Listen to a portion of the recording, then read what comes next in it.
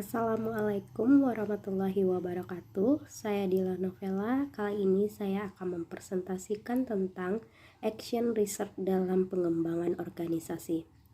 Action research atau penelitian aksi digunakan sebagai metode yang lebih terarah pada tujuannya untuk pengembangan komunitas sosial seperti lembaga atau organisasi, di mana anggota dari komunitas sosial seperti lembaga atau organisasi itu harus diletakkan sebagai pelaku aktif dalam proses perubahan. Sesuai dengan paradigma pendidikan atau pembangunan yang memandang bahwa manusia adalah merupakan subjek aktif bagi pengembangan atau pembangunan. Penelitian aksi sebagai metode pengembangan organisasi menuntut adanya partisipasi anggota organisasi dalam proses pengembangan suatu organisasi.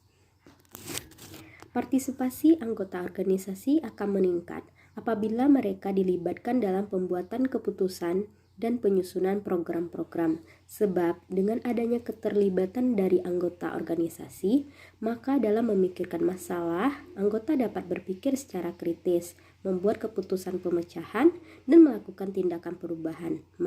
Maka mereka dapat berkembang secara kreatif.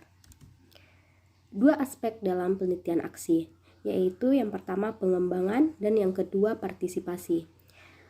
Dua aspek ini mengandung makna bahwa penelitian aksi berarti aksi atau suatu tindakan untuk pengembangan suatu organisasi dan melibatkan anggota organisasinya ke dalam proses pengembangan tersebut.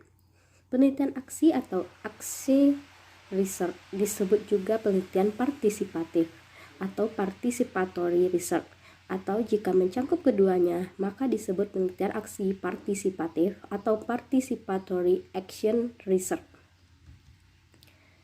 Penelitian aksi atau action research yang disebut juga penelitian tindakan ini meliputi yang pertama pemecahan masalah, yang kedua inovasi, dan yang ketiga pelatihan pengembangan dan keterampilan khusus, yang keempat kinerja, yang kelima manajemen, dan yang keenam implementasi teori.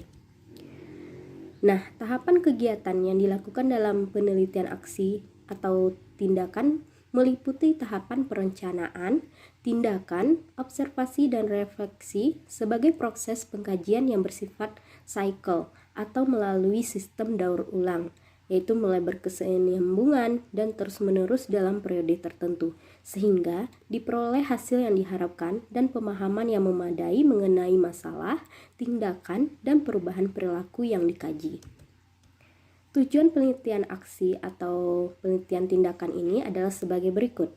Yang pertama, sebagai alat untuk memperbaiki masalah-masalah yang didiagnosis dalam situasi khusus atau untuk memperbaiki beberapa hal dalam lingkungan organisasi. Yang kedua, memperbaiki pelayanan dan tindakan atau peningkatan efektivitas dan efisien manajemen layanan. Yang ketiga, menentukan tindakan yang tepat untuk berubah, memperbaiki, dan meningkatkan mutu perilaku.